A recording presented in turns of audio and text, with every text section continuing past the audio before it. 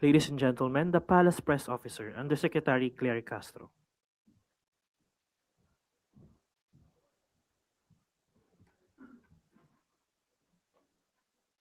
Magandang araw, Malacanang Press Corps. Kung dati ay lubog sa tubig baha, ngayon hindi na binaha ang maraming bahagi ng Metro Manila sa likod ng malakas na pag-ulan sa mga nakalipas na araw dulot ng sama ng panahon. Bunga ito sa matatag na paninindigan ni Pangulong Ferdinand R. Marcos Jr. at ang buong puwersa ng pamahalaan na masolusyonan ang problema sa baha. Kaninang umaga personal na nag-inspeksyon ang Pangulo sa high vacuum self-priming drainage trailer pump sa Las Piñas City. Personal ding nagtungo ang Pangulo sa Verdant Covered Court upang kumustahin ang ilang mga evacuees.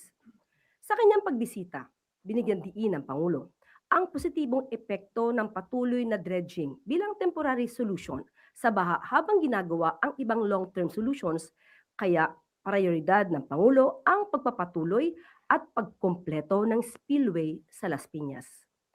Ipinag-utos kay Public Works and Highways Secretary Vince Dizon na suriin at i-update ang mga dating plano upang maisagawa ang spillway project sa lalong madaling panahon. Naniniwala ang Pangulo na makakatulong itong bawasan ang pagbaha sa Metro Manila. Napansin din ng Pangulo ang problema sa basura na bumabara sa mga kanal, partikular na sa Parañaque. Dahilan upang muling ipaalala ng Pangulo sa taumbayan na maging responsable sa pagtapon ng basura. Kasabay nito, ipagpapatuloy ng pamahalaan ang Waste to Energy Program, kung saan pinoproseso ang basura upang makalikha ng kuryente habang patuloy naman ang mga flood control project at pakikipagtulungan sa mga LGU para sa dredging. Kahit sa gitna ng sama ng panahon, patuloy na nagtatrabaho ang Pangulo na nagbunga naman ng magandang resulta sa ilang mga komunidad na dati ay binabaha. Ayon sa ilang residente ng Navotas, malaking ginhawa ang dala ng mga proyekto ng pamahalaan, kabilang na ang Oplan kontrabaha. Kung ikukumpara noon, malaya nang nakakagawa na ang mga residente ng kanilang mga tungkulin, bagay na hindi nila magampanan tuwing may baha noon. Mabilis na rin ang pagbaba ng tubig sa ilang bahagi ng Valenzuela City, Quezon City at sa San Juan kahit patuloy pa ang malakas na buhos ng ulan. Ayon sa Metropolitan Manila Development Authority, sa panguna ni Chairman Don Artes, kabilang ang mga ito sa ilang mga lugar na sa Kalakhang, Maynila na hindi na binabaha. Dagdag pa ng MMDA, wala na ring bahang naitala sa ilang mga lugar sa Camanava at Las Piñas. Pero sa kabila nito, patuloy ang paalala ni Pangulong Marcos Jr. sa taumbayan na hindi hihinto ang pamahalaan sa pagtatrabaho upang tuluyang masolusyonan ang problema sa baha. Binigyan din ng Pangulo na kailangan ng pamahalaan ang tulong ng taumbayan na maging bahagi ng solusyon at iwasang dumagdag pa sa problema ng bayan, kagaya na lang ng pagiging responsable sa pagtapon ng basura. Ayon sa ulat, may ilang lugar sa Metro Manila ang nalubog sa tubig baha dahil sa tambak-tambak na basurang bumara sa mga daluyan ng tubig at mga ilog. Kahit na anong gawin ng administrasyon, kung ang bawat Pilipino naman ay hindi gagawin ang kanilang obligasyon, mahihirapan tayong masolusyonan ng mabilisan ang anumang problema na ating haharapin. Saan yung baka Hanggang kagabi? tuhod po ngayon. Dip po yan, ang ilalim na yan. Pero ngayon po, sir, ang laki ng ibinaba. Lalo na nung may pumping na tayo ulit. Mabilis po siya mawala ngayon. Laki na improvement. Binabanggit na nga ng mga residente na nakausap dati. Dati, pag-hapon ang baha na nasa nila dito. Pero ngayon, kapag tumigil na raw ang mga pagulan, unti-unti na rin na humuhupa ang tubig po yung Melo. Yun lang yung magandang balita na binabanggit sa atin ng mga residente. Kasi pag once na tumigil naman ng ulan, matik naman siya bumababa. Unlike before na continuous yung natatrap na yung tubig, so naggaganon na siya, nagsasalubong na yung from there na tubig. Opo. Dati po ba, gaano malalim yung naranasan yung Last time po, kaya nasira nga rin sasakyan ko sa ito, lagpas po yan. Lagpas po dyan. Ayun yung TV na yon. Lagpas doon sa TV. Nauupa agad. Kanina nga hanggang dito yung tubig eh. Umupa naman kagad. salamat sa Diyos dito naman naisipan na ipagawa ng ganyan kasi malaking tulong din po sa amin na mga dito nakatira. Ay, ngayon, malakas ang ulan, pero dito po sa Tansa, walang baha ngayon. Wala po. Bakit po? Buo po ang floodgate.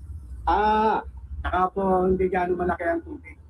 okay. Kaya dati, nung nagpunta tayo dito, bumaha kasi sira ang floodgate. Opo. Kaya tempo sa malaking tubig. Tapos panay ulan.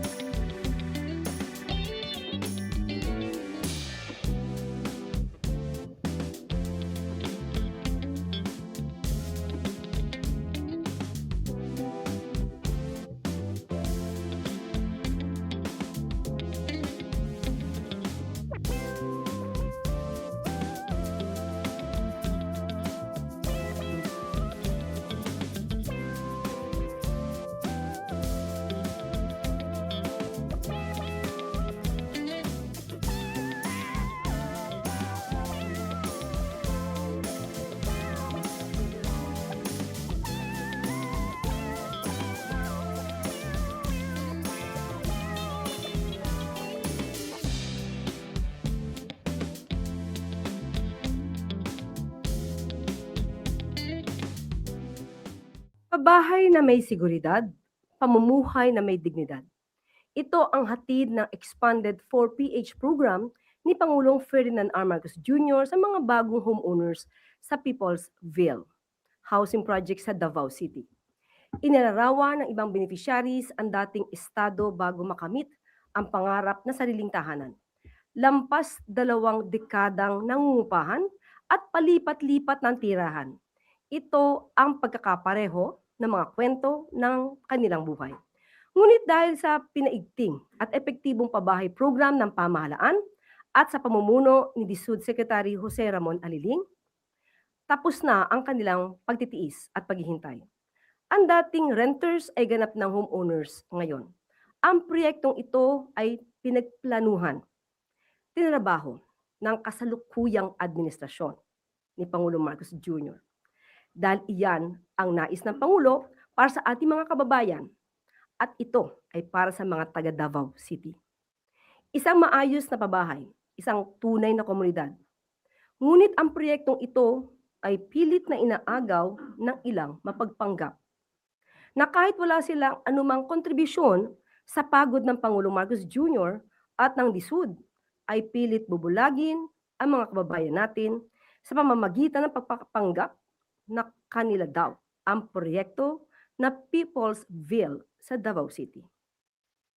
Taong 2023 na ma-approve ang development permit ng proyekto, noong 2024 naman ay inilabas ang Certificate of Registration ito habang ang building permit ay na-issue noong February 2024. Ipapakita ko po ang mga katibayan na aksyon ng pamahalaan patungkol dito sa People's Ville. Narito po ang development permit para hindi po tayo mabulagan at maloko ng ibang mga taong nagpapanggap na ang proyektong ito ay sa kanila at hindi sa kasalukuyang administrasyon.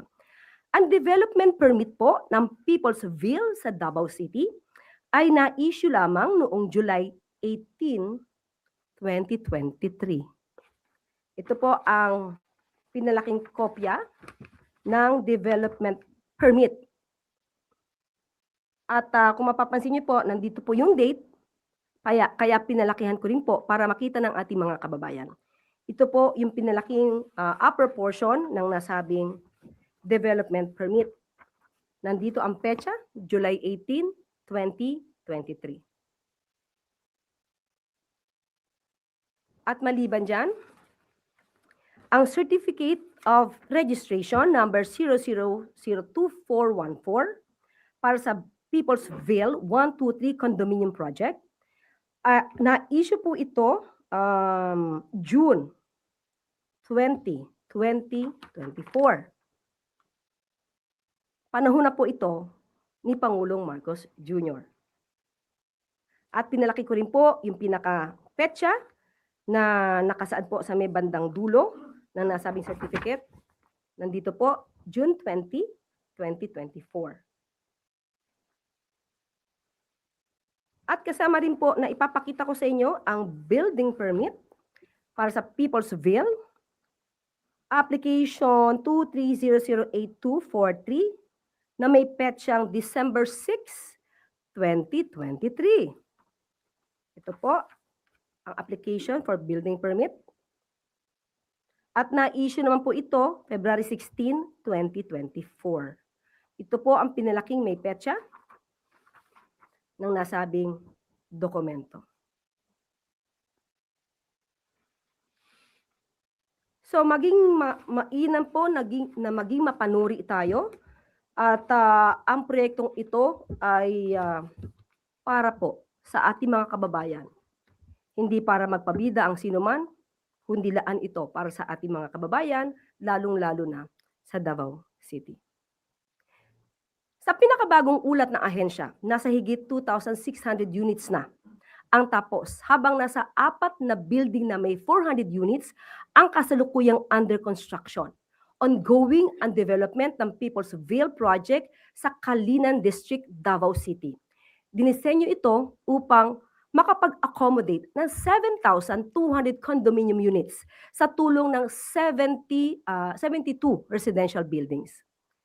Isa lamang ang Peoplesville sa programa ang napabahay ni Pangulo Marcos Jr. para sa ating mga kababayan sa iba't ibang panig ng Pilipinas.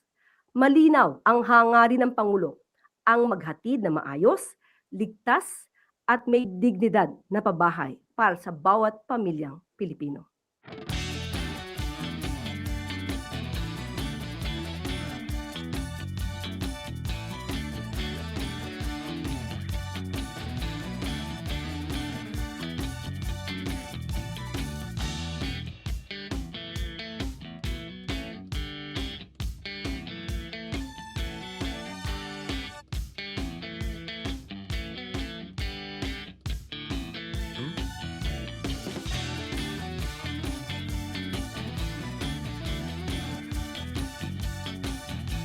Totoo po, mga taga Davao City, hindi po kayo maiiwan ng administrasyon ni Pangulong Ferdinand R. Marcos Jr.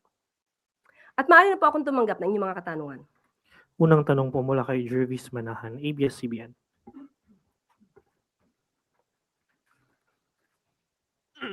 Hello po, Yusek. Minatanggap po ang Pilipinas na $600 million na grant for healthcare. Alam naman po natin nakaka-appoint lang ng bagong Secretary of Health. Pero may plano na po ba exactly ang government how to use this para makatulong sa ating mga kababayan? Apo, minabuti ko pong tanungin ang ating Secretary ng Finance, Secretary Frederick Go. At ito po ang kanyang mensahe at akin na lamang pong babasahin. Under the Strategic Objective Agreement for Integrated and Sustainable Health System, the Philippines and the United States will work together to achieve 3 key results that will reinforce the country's health system. Number 1, strengthen disease surveillance, detection, and outbreak response. Number 2, integrated health service delivery across disease programs. And number 3, strengthen domestic capacity to finance and manage the health sector. The initiative will also support priority health programs addressing human immunodeficiency virus, HIV, tuberculosis, TB, neglected tropical diseases, NTDs, and maternal, newborn, and child health, MNCH. End of quote. So yan po ang mga programa kung saan ilalaan po ang naibigay po na grant ng US para sa ating health system. Next question po, Rafi Ayeng, Daily Tribune. Hi ma'am, good afternoon po. Ma'am, dugtungan ko lang yung tanong about sa DOH. Ano po yung marching order ni President Marcos sa bagong talagang DOH chief? Katulad po na nabanggit natin kahapon at inulit din po natin ang tanong. Muli, ang sabi ng Pangulo sa kanya, hindi na siya dapat pangbigyan ng panibagong marching order dahil kabisado niya na po ang nais ng Pangulo dahil siya nga po ay nagsilbing dating presidente at CEO ng PhilHealth. Ang nais lamang po ng Pangulo ay matugunan lahat ang pangangailangan ng mga kababayan natin pagdating sa kalusugan. And of course, kailangan din po, hindi lang po ang mga kababayan na pasyente, at kundi po pati health workers. Kung ano po ang kinakailangan na tulong at kung may kinakailangan po na obligasyon na bayaran ng ating mga health workers, at ito naman po ay nakasaad na at kinakailangan ng i-release, kailangan po ring tulungan natin ang lahat ng ating mga health workers. And then second question po, dun sa reaction na lang ng palasyo, dun sa nakitang massive sea of trash na hinahakot ngayon ng Department of Public Works and Highways. Lubha po talagang nakakabigla in a way na isa ito sa makikita nating dahilan sa hindi pagdaloy ng tubig sa lagusan. So, ang nais din po ng Pangulo, noon pa naman natin ito pinapaalala, pero yung tumambad sa ating mga mata na dagat ng basura. Parang may lumalangoy, parang may gustong lumangoy sa dagat ng basura. Hindi ito ang nais natin. Nais natin ay magkaroon ng maayos na daluyan ng tubig, kaya kailangan itong ayusin ng ating pamahalaan, ng mga opisyal natin, pero ang nais din po nating lahat, ang nais ng Pangulo, lahat po tayo ay magtulong-tulungan. Hindi po kakayanin ng gobyerno na magtrabaho, pero ating mga kababayan ay pabaya ng pabaya. Tapos magtuturo kung sino ang may kasalanan. Lahat po tayo dito ay dapat kumilos. Hindi pwedeng nagkukuya-kuyakoy lang tayo lagi. Ma'am, di ba may panukala dati na itaas yung multa o ikakaso sa mga nagtatapon ng basura, lalo na Dapat dyan po. sa mga ganyan? Dapat po, unang-una po, mas makikita po ito ng ating mga ginagalang na barangay officials. Nasa kamay niyo po yan, at kung makikita naman po at mayroong CCTV na cameras na nandiyan po, maaari naman po ito agad makita ng ating mga opisyal sa barangay. So doon pa lang po sana ay maayos na.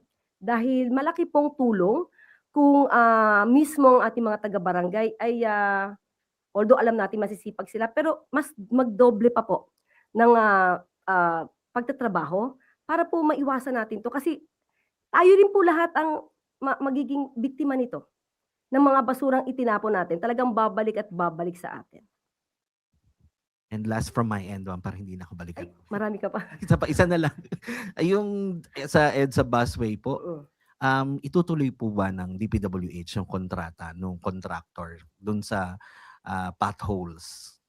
Okay, ang pagkakaalam ko po at nabanggit din po ni Sec. Vince, ito po ay i-examinin, i-assess kung ano ba talaga yung nangyari.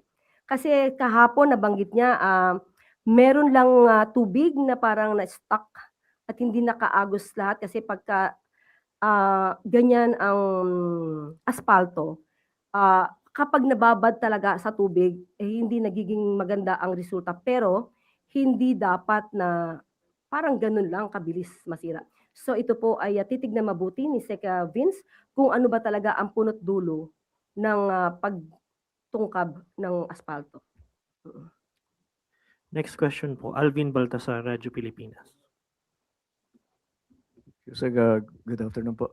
Yusek, tungkol doon sa flood control pa rin, mukhang nagbigay ng statement si Baguio City Mayor Benjamin Magalong. Ang bagal daw ng investigation sa flood control. Okay. Kung titignan po natin ang history, sabi nga po natin, nag-start po talaga ng masinsinang pag-iimbestiga mga bandang September, October, nung nakaraang taon. Pero wala pa pong isang taon, pero marami na po ang naimbestigahan, marami na pong na-issue na warrant of arrest, at paulit-ulit na lang po ako na sinasabi ito.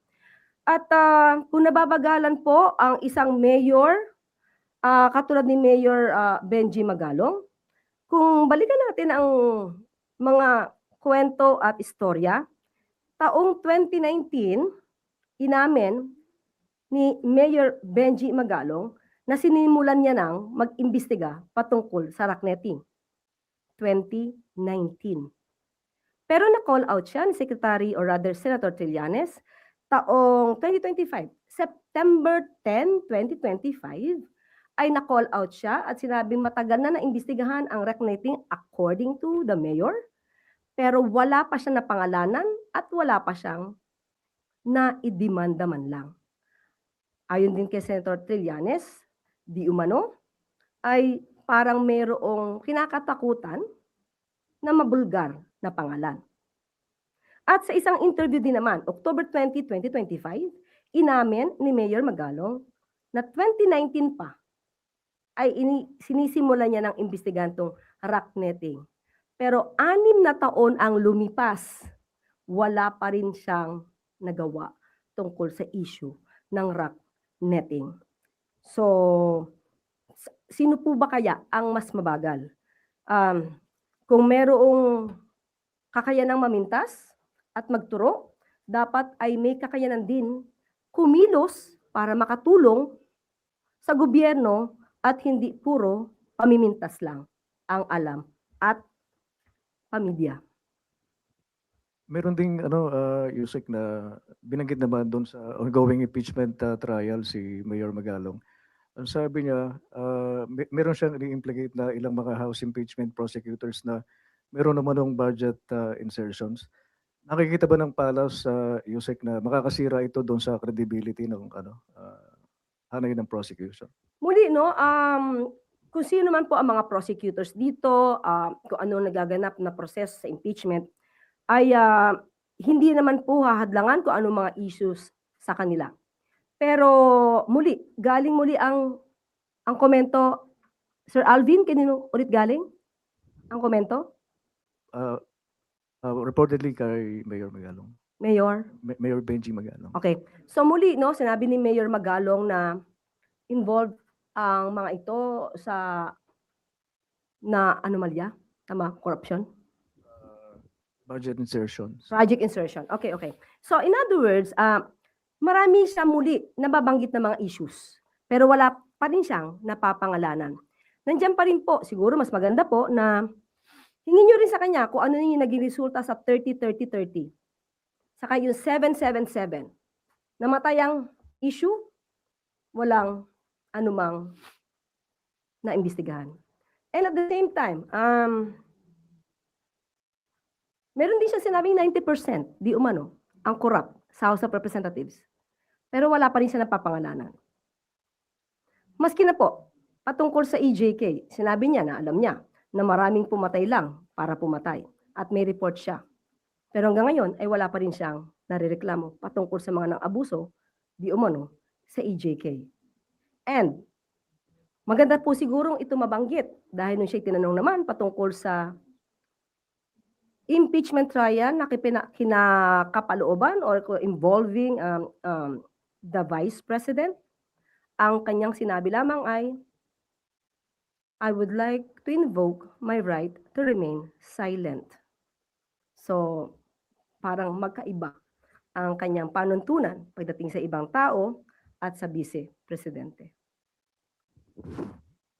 Next question po, Let Narciso, DZRH.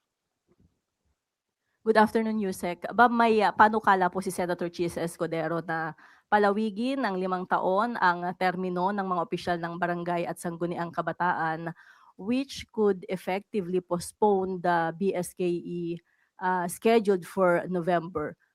May kahalintulad rin po ng mga panukala sa Kamara. Bukas po ba si Pangulong Marcos na muling ipagpaliban ang barangay at SK elections? Sa ngayon po ay dapat mabasa muna kung ano man po ang kanilang panukala. Hindi po maaaring sumang-ayon agad. Hindi pwedeng sumang-ayon or hindi sumang-ayon hanggat hindi nakikita kung bakit kailangan ng ganitong klaseng panukala at bakit kinakailangan ma-postpone. So, mas maganda bago po sumagot ang Pangulo patungkol sa ganyang issue ay makita niya kung ano nilalaman ng panukalang ito. Ang isa po doon sa mga nababanggit sa mga panukala ng mga babatas, yung krisis sa enerhiya. Siguro mas maganda po kung ma-justify talaga na dahil sa krisis ng enerhiya ay dapat i-postpone ng ilang taon? For next year po, meron pong for 2028. siguro dapat ma-justify. Hindi naman po agad pwedeng sumang-ayon or hindi sumang-ayon ang Pangulo. Napag-usapan po ba ito sa LEDAC? Hindi po. Next question po, Chris Jose Remate. Hi ma'am, good afternoon po. Ma'am, tanong ko lang po. Kamusta na po pala yung investigasyon ng sa mga nakikitang casket sa iba't ibang lugar na may anti-China, anti-communist? Ang pinakahuli ko po na nalaman ay under investigation ng PNP at hindi po nila ikinasisiya yung mga ganitong klaseng mga gawain. At kahit nga sinabi natin na meron lahat tayo na freedom of expression, pero depende po kung ano ang inyong ipapahiwatig, kung meron pang pang-aabuso o meron bang pananakot. Kaya po yan ay inimbestigahan ng PNP. But later po, I will try to inquire from the PNP ano yung pinaka-latest na nakuha nila na mga na-gather na data patungkol po dyan. Meron po ba kayo naiisip kung sino yung nasa likod ng pagpapakalat ng mga kabaong na to? Meron, personal, syempre may naiisip ako, pero hindi importante ngayon kung ano yung naiisip ko. Thank you, ma'am. Next question po, Ivy Reyes, Bilyonaryo. Hi, ma'am. Our Chief Presidential Legal Counsel, Annalisa Logan, is applying for the position of Deputy Ombudsman for Luzon. Nakarating na po ba ito sa Pangulo at komento po ng Palasyo? Ang naibigay lang po sa akin na impormasyon ay yes, opo, nag-apply po siya. Yun lang po yung nabigay sa akin na impormasyon. Huling tanong po, Julie Baiza, 1PH. Hi, Yusek. Recently po nag-post si First Lady Liza Araneta Marcos ng photos with Miss Chris Aquino. Meron po bang, kumusta po yung naging meeting nila? And kung meron po bang mga napag-usapan na pwedeng ma-share? Actually, I tried to ask the First Lady about that. Wala pa siyang share sa akin. Pero nakita naman natin kung ano yung pahiwatig ng pagbisita ng ni Miss Chris Aquino at ng kanyang mga anak. Nagpapahiwatig ito na maganda ang kanilang relasyon. Kung ano yung kanila na pag-usapan, wala pong naibibigay sa akin at kung meron man ay baka hindi pa ako allowed sabihin to. But definitely, masaya naman sila. Pero pag naibigay sa atin ni First Lady, ang mga magaganda nila naging usapan, isi-share ko naman yan sa inyo. Yun na pong huling tanong, Yusek. Back to you. Maraming salamat. Pagmamahal at suporta ng pamilya ang isang dahilan sa tagumpay ng isang tao. Ang isang public servant na tunay na naglilingkod para sa bayan at hindi para sa sarili lamang. Ang suporta ng pamilya ang isang importanteng dahilan ng kanyang tagumpay. Katulad ni Pangulong Marcos Jr., hindi lingid sa ating kaalaman na ang pamilya niya, ang First Lady Liza Marcos, at ang mga anak niya ay buong-buo ang suporta sa mga plano at aksyon ng Pangulo.